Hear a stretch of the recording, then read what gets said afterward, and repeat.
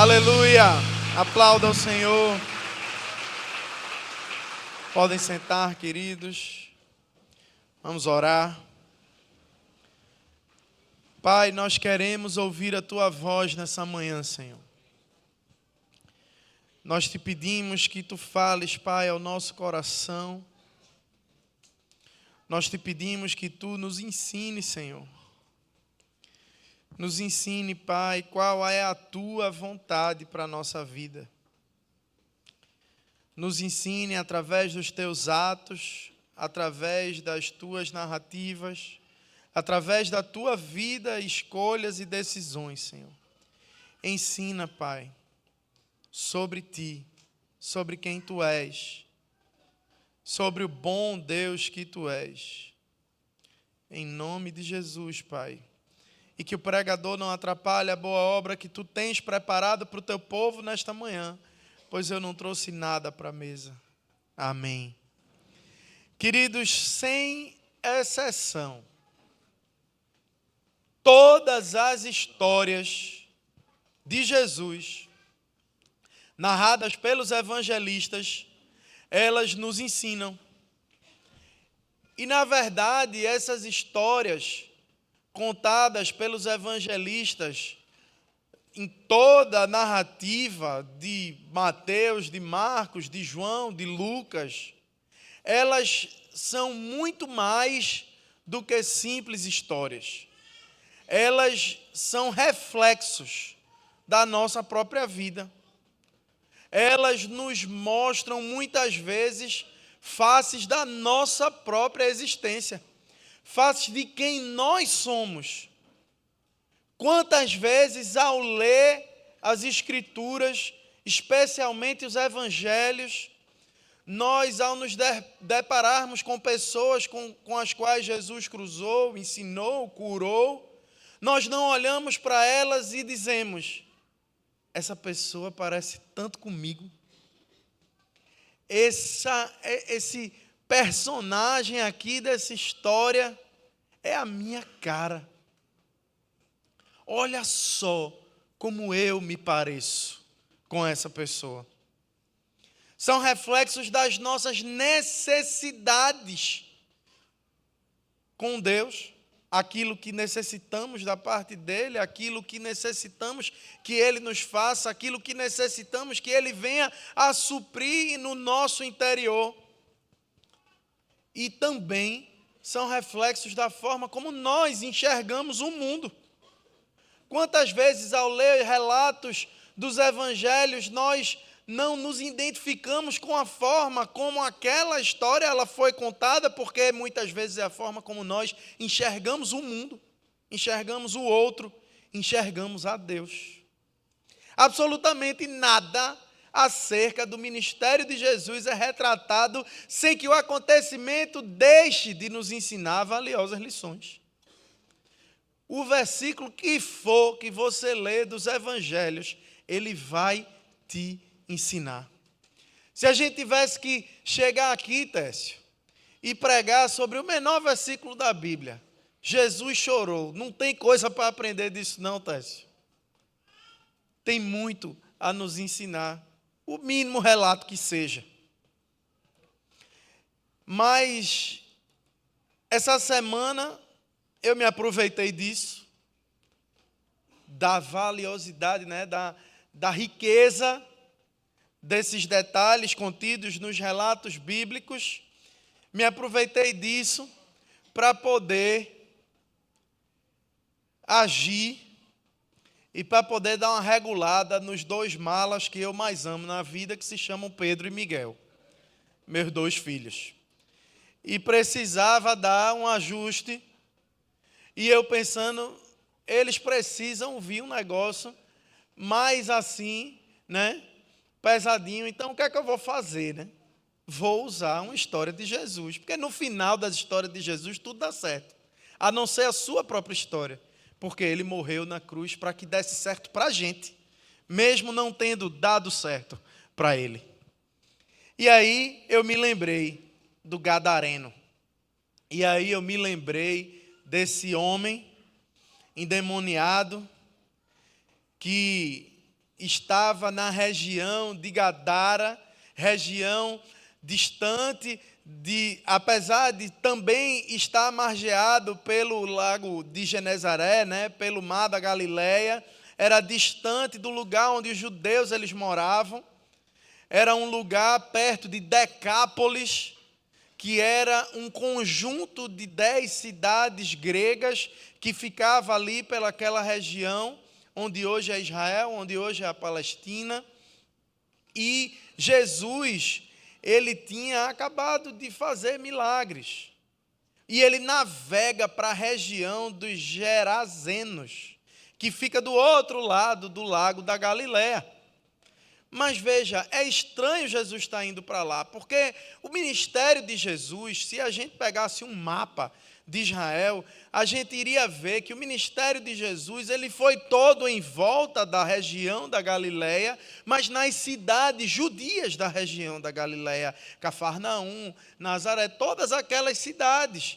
E de vez em quando, por causa dos costumes judaicos, ele iria até Jerusalém, na Páscoa, na festa dos tabernáculos, ele iria até Jerusalém e depois voltava para Galileia. Mas dessa vez, Jesus vai até Gadara, uma terra de gentios, uma terra de pessoas de valores diferentes, uma terra de pessoas que não criam que Deus, Yahvé, era o Senhor da história, Criador da terra, de todas as coisas. Então, quando Jesus ele pisa naquela terra, vai ao encontro dele um homem endemoniado, que era daquela cidade, que fazia muito tempo que aquele homem andava nu, mas andava nu às margens da cidade, porque as pessoas expulsavam ele de dentro da sua cidade. Ele vivia fora de casa, ele vivia, a palavra de Deus diz, entre os sepulcros. O homem morava no cemitério. O homem era excluído. O homem, ele vivia jogando pedras em si mesmo, se cortando, se rasgando, se jogando no chão, atordoado por aqueles espíritos malignos que habitavam dentro dele. Quando Jesus o viu, Jesus gritou, aquele homem prostrou aos seus pés e disse: "O que queres comigo, Jesus, Filho do Deus Altíssimo? Rogo-te que não me atormentes." Pois Jesus, ele havia ordenado que os espíritos imundos daquele homem saíssem. Muitas vezes, aqueles espíritos tinham se apoderado dele. E mesmo com os pés e as mãos acorrentadas, ele dava um jeito de se soltar, de se libertar e de sair correndo e se machucando. E era conduzido pelos espíritos imundos a lugares distantes, isolados. E Jesus pergunta aos espíritos que habitavam naquele homem: "Qual o seu nome?" E a resposta foi Legião, porque muitos habitavam dentro dele. E imploravam que não os mandasse para o abismo. Então tinha uma grande manada de porcos que estava pastando lá naquela colina onde Jesus se encontra com o homem. E os demônios imploraram para que Jesus permitisse que eles entrassem nos porcos. Então Jesus deu permissão para que os demônios entrassem nos porcos, e os porcos se jogam de um abismo, de um desfiladeiro, e todos os porcos morrem. Vendo o que aconteceu, os homens que cuidavam dos porcos fugiram, contaram esses fatos a todas as pessoas daquela cidade e dos campos, e o povo foi ver o que aconteceu. Quando se aproximaram de Jesus, viram que o homem de quem havia saído os demônios estava aos pés de Jesus, ajoelhado diante de Jesus, vestido e em perfeito juízo. Vestido e em perfeito juízo. E o povo da cidade ficou com medo. Por que será? Então todo o povo da região dos Gerazenos suplicou a Jesus que se retirasse, porque estavam dominados pelo medo. Eles botaram Jesus para fora. Eles viram Jesus realizando um milagre, curando a vida daquele homem, e mandaram Jesus ir embora. O homem de quem haviam saído os demônios, pediu a Jesus: Jesus, deixa eu ficar contigo. Deixa eu andar contigo, deixa eu andar contigo com os teus discípulos, eu quero te acompanhar. E Jesus disse não. Entrou no barco, voltou para a região da Galileia e disse: volte para casa e conte a todos o que Deus fez na tua vida. Assim o homem foi e anunciou a toda a cidade tudo que Jesus tinha feito por ele. Queridos, essa história tem tantos ensinamentos, tem tantas lições, tem tantas questões e aspectos valiosos acerca de quem Deus é. Mas hoje eu quero compartilhar com vocês apenas 3 aspectos do agir de Deus na vida do gadareno, que com certeza se aplica também à nossa vida. O primeiro deles é que Jesus vai até os lugares mais inesperados e fora de rota quando o assunto é salvar uma vida. Jesus jamais vai ficar parado quando o assunto é salvar uma vida. A palavra diz que se ninguém clamar, até as pedras clamarão. A palavra nos conta um relato de que quando quando os profetas eles estavam se desvirtuando do caminho que Jesus requeria deles, uma mula, uma jumenta foi falar com o profeta do Senhor para mudar aquilo que ele vinha fazendo de errado.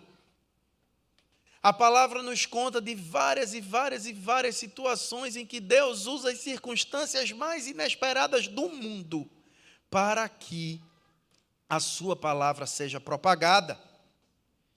Gadara ficava perto de Decápolis, significa 10 cidades, uma região gentia, de cidades gregas, de pessoas que não adoravam a Deus, mas que também era um lugar religioso. Tim Keller, um dos meus autores e teólogos preferidos, ele fala muito sobre a propagação do evangelho dentro das cidades. E ele diz que as pessoas normalmente têm uma concepção de que as grandes cidades não são mais lugares religiosos. E ele diz que isso está errado.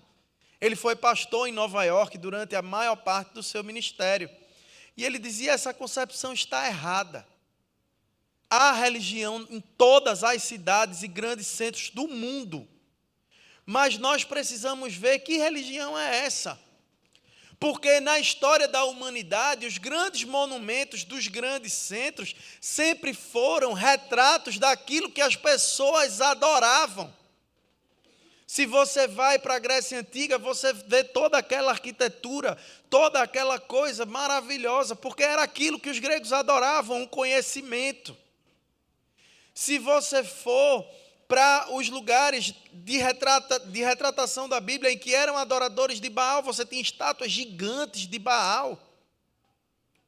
Se você for para Nova York, você vai para Wall Street e você conhece qual é o Deus que aquela cidade adora, que é o dinheiro. Se você for em Paris, você vai ver que os altares são direcionados à arte. Então, aquelas cidades, elas tinham outros deuses. E Jesus tinha que plantar uma semente naquele lugar que adorava tudo menos Yahvé, o Deus que está acima de todos os outros deuses. Nós vemos toda essa gentilidade, todas essas características de uma cidade gentia em Decápolis. Eles criavam porcos. Os judeus não comiam porcos. Se havia uma comunidade judaica, você nunca vai ver criação de porco dentro de uma comunidade judaica, porque os porcos são impuros. E naquela cidade tinha porcos. O homem morava num cemitério. E os judeus têm essa questão com os mortos. Então, Jesus vai num lugar que é fora de rota, que é no norte da Galileia, que não é o lugar onde ele costumaria ir. Mas ele sabia que tinha uma pessoa que precisava que ele estivesse lá. E a palavra de Deus, ela nos diz que ele vai até os confins da terra, atrás do seu povo. Que onde um, dois ou mais estiverem reunidos, ali ele estará. Então ele vai para salvar a vida daquele homem e para criar naquela cidade uma semente da propagação daquilo que ele vinha ensinando. Jesus sai da rota. Fez isso outras vezes. Fez isso quando ele se encontra com a mulher do poço, com a mulher samaritana. Ele não passaria por dentro de Samaria de jeito nenhum para poder chegar até Jerusalém, mas ele sabia que tinha um encontro marcado com alguém que precisava ouvir a sua voz. Queridos, Jesus ainda faz isso hoje. Jesus ainda faz isso nos nossos dias. Só que vocês são as pessoas que sairão da rota para levar a palavra de Deus para aqueles que ainda não ouviram. Vocês são as pessoas que vão sair dessas portas cheias de Deus para levar o evangelho de Jesus para aqueles que precisam ouvi-lo. Por isso que nós pegamos a nossa juventude e jogamos dentro da Babilônia no carnaval, para que eles possam lá pregar o evangelho. Que é lugar mais inesperado para encontrar com Jesus do que dentro de Olinda, no meio do carnaval? Não existe. Mas pessoas entregaram as suas vidas a Jesus nesses lugares inesperados. Tem um casal aqui, compadre nosso, meu e de Mirella, que eles frequentam aqui a nossa igreja desde muito tempo, e eles conheceram a Jesus porque há 20 anos atrás, meu Deus, é 20 anos atrás, porque logo no começo da Recon, a Recon vai fazer 20 anos, então é menos de 20 anos, mas há 19 anos, para ser melhor do que 20, há 18, 19 anos atrás, nós, na sexta-feira à noite, eu não, porque eu estava no seminário, saía muito tarde, quando eu chegava já estava acabando, mas na sexta-feira de noite a gente ficava ali no Santander, da Domingos Ferreira, panfletando, panfletos que falavam de Jesus com um bombonzinho para as pessoas que paravam no carro. A gente ia no sinal, entregava o panfleto, o bombom e chamava para os cultos aqui da Recon. E tem um casal que hoje é luz aqui nessa comunidade, que é bênção na vida de muita gente aqui nessa comunidade, que conheceu a Jesus desse jeito. Recebeu um panfleto, o bombom, veio para o nosso culto jovem e entregaram sua vida a Jesus. E hoje abençoam gente, abençoam pessoas. Porque Jesus, ele vai atrás nos lugares mais inesperados. O segundo aspecto do encontro desse homem com Jesus é que, após se encontrar com Cristo, a imagem do homem quase que instantaneamente muda completamente. No versículo 27, nós temos o primeiro retrato desse homem. Quando Jesus pisou na terra, foi ao encontro dele um endemoniado daquela cidade. Fazia muito tempo que aquele homem não usava roupas, nem vivia em casa alguma, vivia nos sepulcros, atordoado a todo tempo. Já no versículo 35, depois do encontro com Cristo, a palavra diz que quando se aproximaram de Jesus, aquele povo que soube da história viu que o homem de quem havia saído os demônios estava assentado aos pés de Jesus, vestido e em perfeito juízo. E depois Jesus disse: volte para casa. O homem que dormia no cemitério agora tinha uma casa. O homem que vivia nu agora estava vestido. O homem que vivia atordoado agora estava em perfeito juízo. Nas emoções, o homem agora estava tranquilo, prostrado aos pés de Jesus. E o encontro que nós temos com Jesus faz com que o Espírito Santo, que passa a habitar dentro de nós, cuide da nossa mente, cuide da nossa saúde emocional. Jesus nos equilibra quando não estamos bem emocionalmente. Não é à toa que Vicente aqui, psiquiatra, já me disse tantas vezes que no consultório dá a ficha do cursilho para o povo vir melhorar. É ou não é, Vicente? Antes do ansiolítico vem o concílio. Depois medica.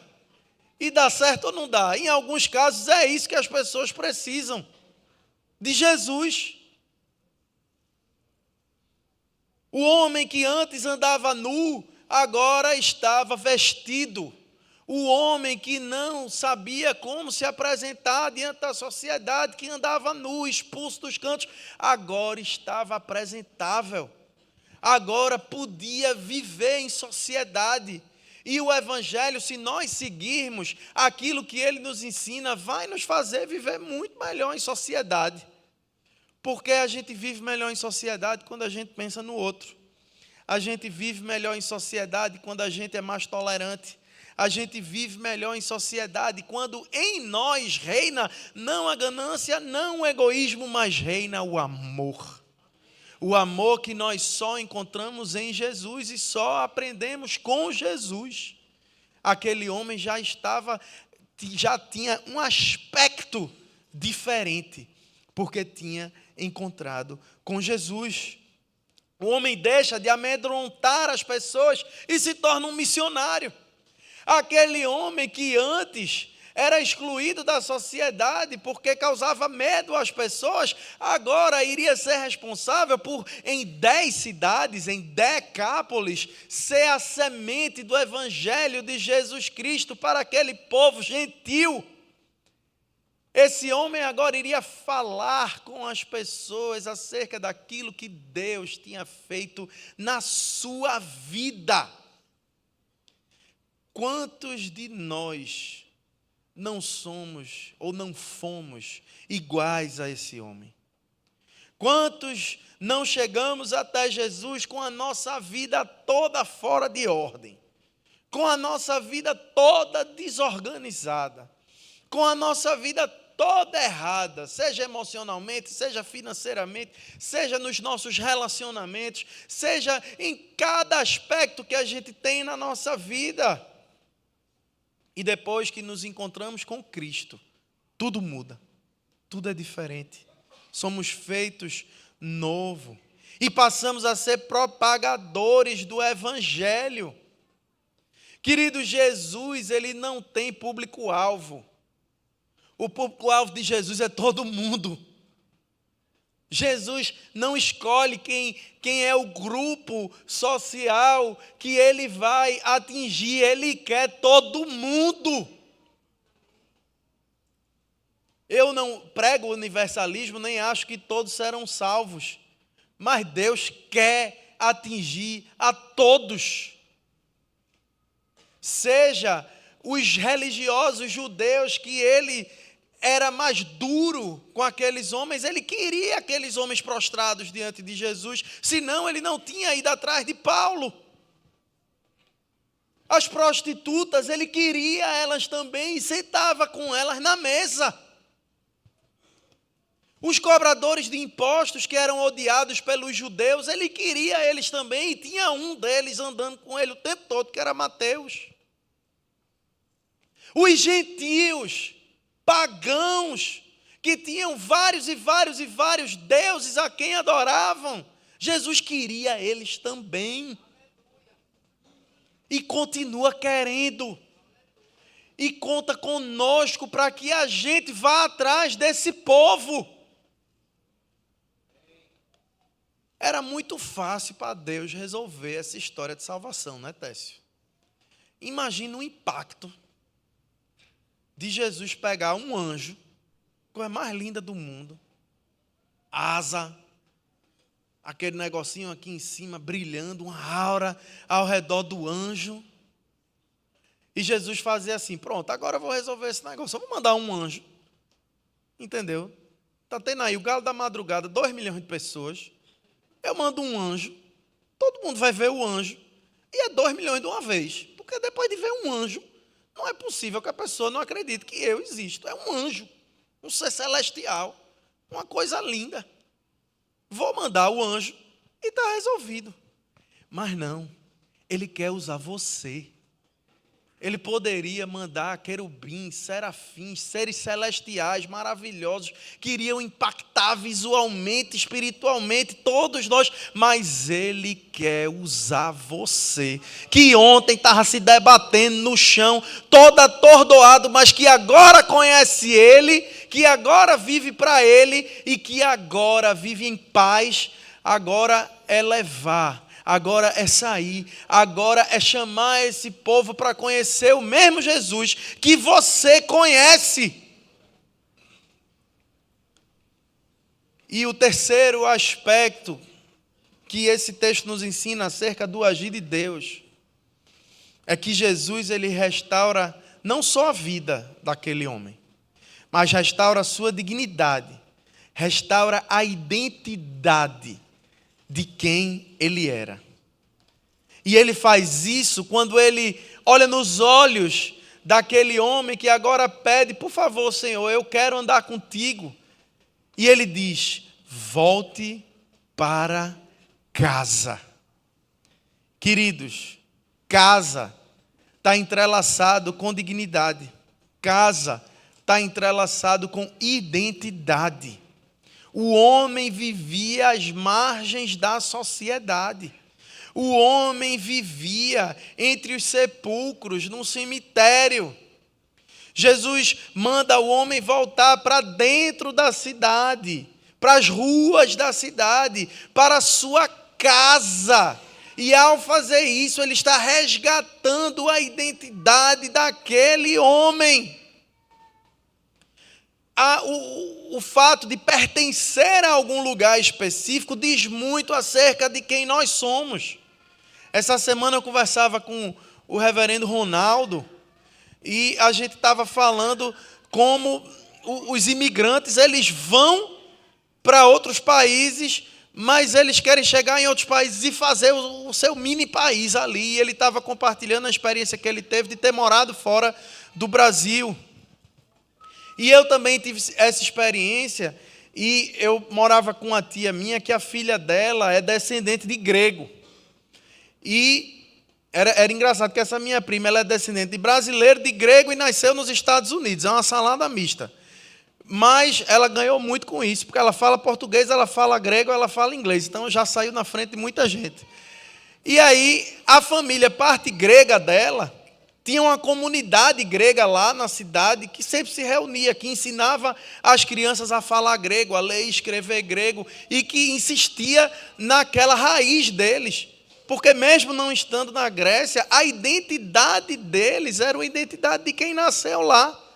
E eles queriam perpetuar a cultura e perpetuar tudo isso. Então, o lugar de onde nós saímos é muito importante para dizer quem nós somos. Aquele homem estava fora da sua casa, fora do seu lar, fora da sua cidade, e Jesus diz: volta para casa. Ao dizer volta para casa, volta a ser quem tu és. E não apenas isso, tu agora entende que você é filho de Deus, e essa é a maior identidade que nós podemos ter na vida, é que nós somos filhos de Deus.